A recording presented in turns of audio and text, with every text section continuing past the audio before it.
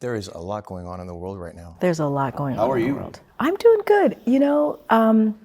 You're right. There's a lot going on in the world. I feel like this administration is dealing with events that are historic. And we came in with COVID, right? With COVID, where thousands of people were dying a day. And it was just a difficult time to be here. And this president came in and came up with a plan to figure out how do we move forward as a country. And let's not forget our democracy, right, was hanging by a thread, which is, we're still fighting for our democracy. There's just so much going on. And now what occurred in Israel, the horrific attack by Hamas, where hundreds and hundreds of people died. You have a war in Ukraine that was started by Russia's aggression, wanting to take over another country's democracy and take away people's freedoms. I mean, there's so much going on in the world, in the country, and it is hard. It is hard to kind of take it all in and still be able to push forward. But, we try to make it happen. We have to. We don't have a choice. I'm curious, how do you manage that energy and not bring it home to your daughter, to your family? When you're the voice and the face of our president, of the country, you have to deliver very difficult news. A lot of people look at the TV when you're on and curse at you, insult you. It's just in case if you didn't know. Yes, a lot of people are cursing at you. They direct a lot of that energy towards you. They insult you, and I'm sure you've seen it on social media. How do you manage all that noise and that negative energy? So a couple of things. I have always said I don't read anything good about me and I don't read anything bad about me. I stay away from social media. We all say it, but do you actually not read it? I actually am 100%. My team will tell you. Sometimes they're like, you didn't read that story? I'm like, nope, didn't read it. And here's the thing.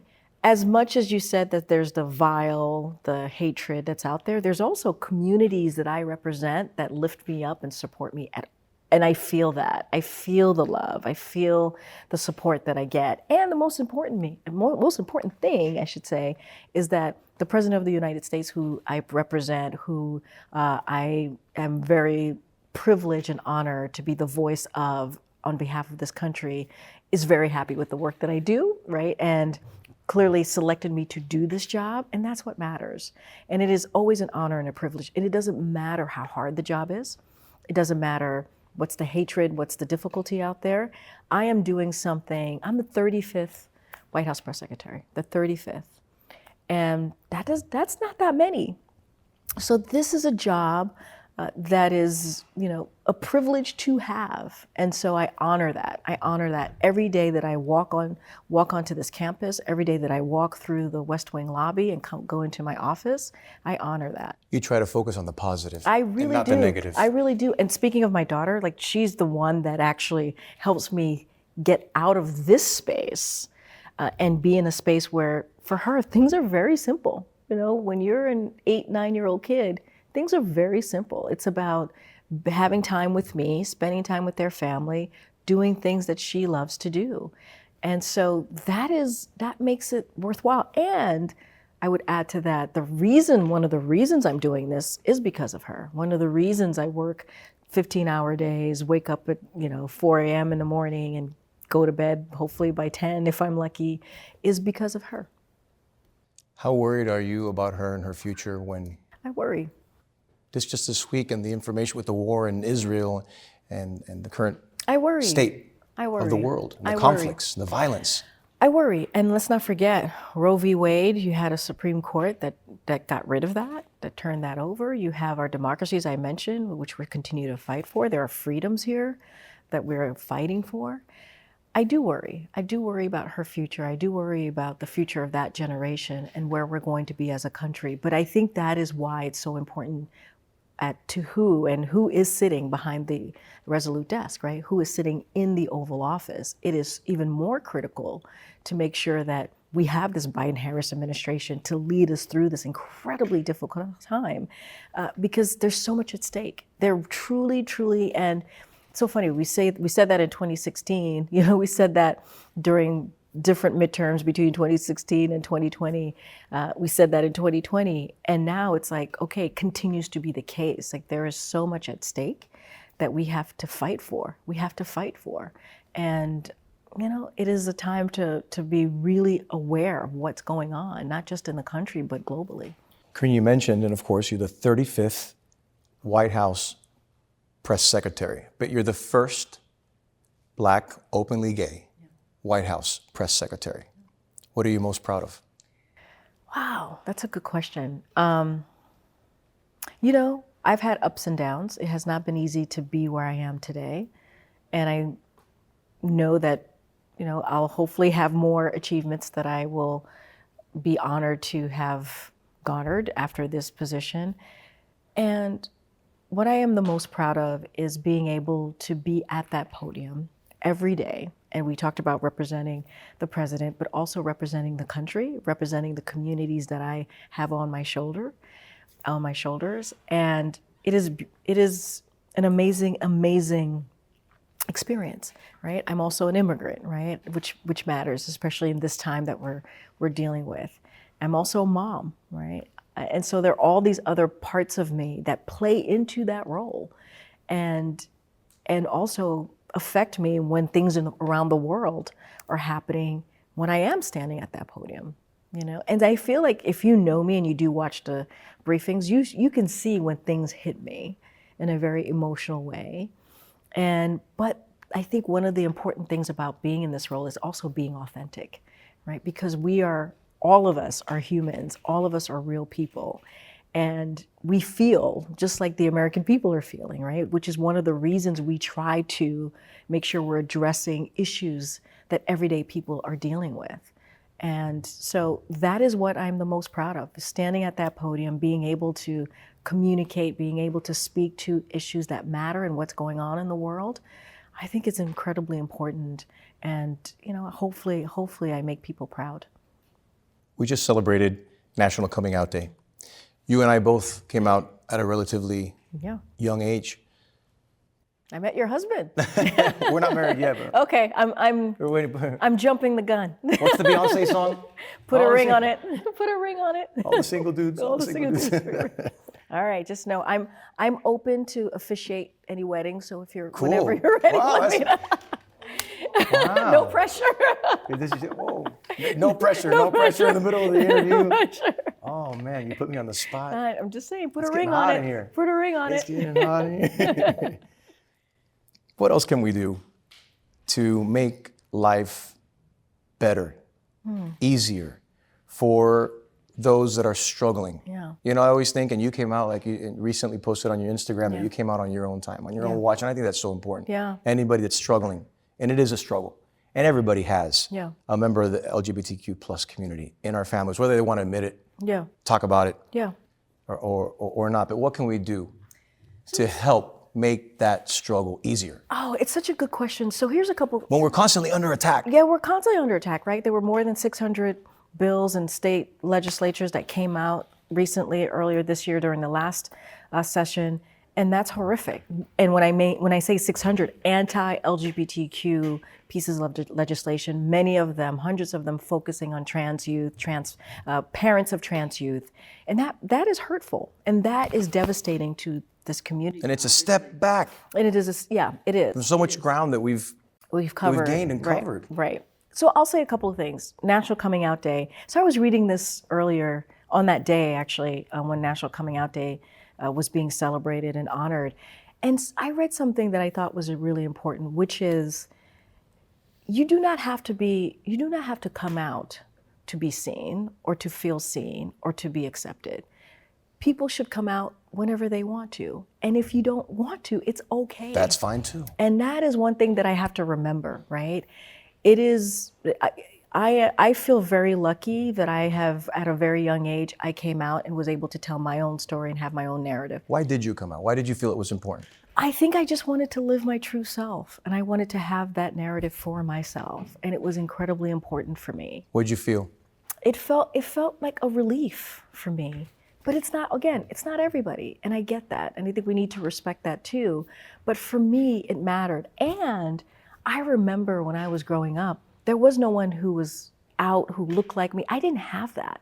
And so now my hope is young people, or even if you don't have to be young, right, who see me feel like they have someone who is representing them at some of the highest levels, especially in politics.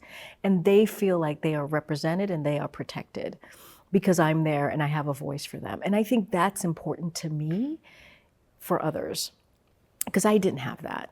Now, as it relates to where we are now, I would say, look, again, important that we have this president here, important that we have this vice president in this administration, because you have a president who is committed to that community, who is fighting for that community, who sees that community. Just think about it. Me being at the podium says that, right? It is one of the examples of how you have someone in this administration, this president, who is fighting for that community. So I think that's important, because you need leaders who are, even though there are these horrific bills that are out there across the country, you need a leader that's going to, at the highest level of the federal government, that's going to continue to fight for you. Let's not forget, last December, he was able to sign a marriage equality bill that protected same-sex marriage, that protected interracial marriage. All of those things are incredibly important too, and we're going to continue to fight. And we have done a lot on the federal government to protect trans kids, trans community, to protect the LGBTQ community, the queer community. It is important that we continue to do that, and we've done that through DOJ, we've done that with HHS, and so we're gonna be there. I just want folks who are watching this, who are part of that community, or any vulnerable community, that they know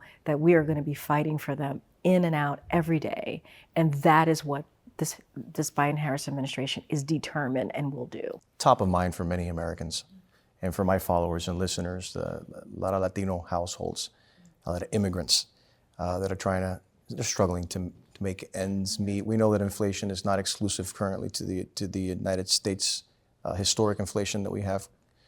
What would you tell to those that are struggling right now? Are things going to get better? Yeah, I think things have gotten better. It's going to take some time for everybody to feel that, and we understand that. You know, when we started this conversation, I talked about COVID and how it was literally killing thousands of people a day when this president walked into the administration. And it wreaked havoc to the economy. It took lives and wreaked havoc to the economy. The president passed a bill called the American Rescue Plan, and he did it with only Democratic votes in Congress.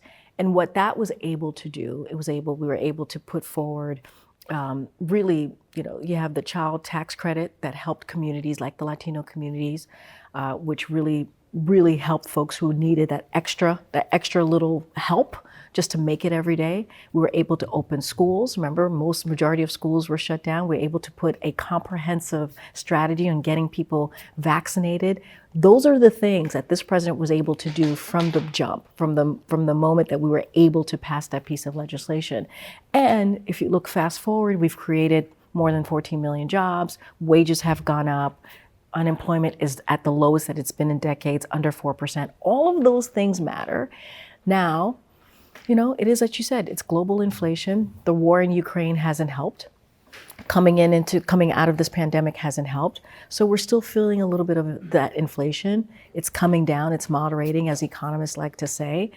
And what the president has done to try to beat that is pass some historic legislation. If you think about the Inflation Reduction Act, it has a healthcare component, it has an energy component. And the healthcare component is so important for folks in the Latino community. If you think about capping insulin at $35 for seniors, if you think about saving folks about $800 a year, 15 million people are saving $800 a year.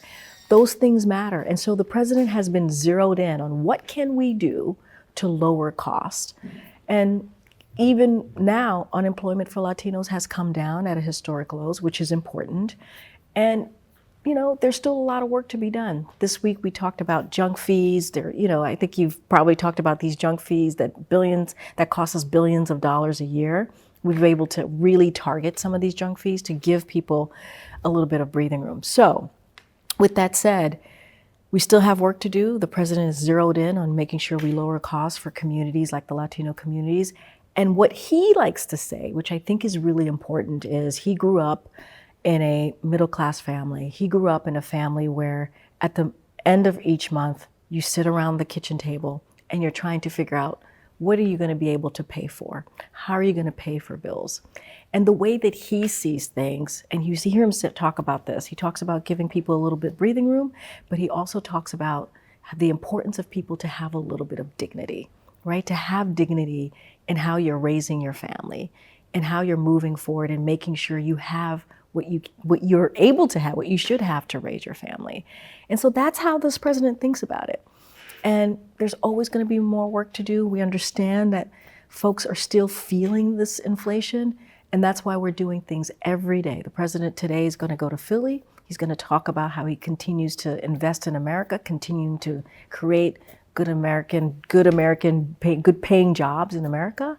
And so that's what we're going to continue. It's not going to stop us from working every day and delivering, not just for the Latino community, obviously an important community, but for all communities. What do you think we need to do to come together as Americans? Yeah. We all love our country. We want to see it prosper. Yeah. We believe in democracy.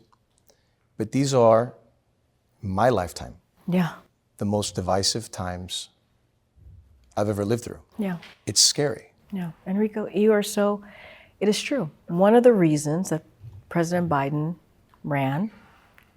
decided to announce his candidacy in 2019 is because of where we were, where this country was, and what was happening to our democracy. Let's not forget 2017, what we saw in Virginia, and how devastating that was, where you had people chanting the most vile, disgusting, despicable, bigoted, racist things that took us back at a time where it was obviously even more dangerous. And so he ran because he wanted to save the soul of the nation, the soul of America. He wanted to bring us back together. He talks about this in his speech often, where he talks about possibilities, what's possible for this country, and how we can actually live up to the country that we are, the great country that we believe ourselves to be. And I hope, and we hope, that we're able to bring this country back together. It's going to take some time.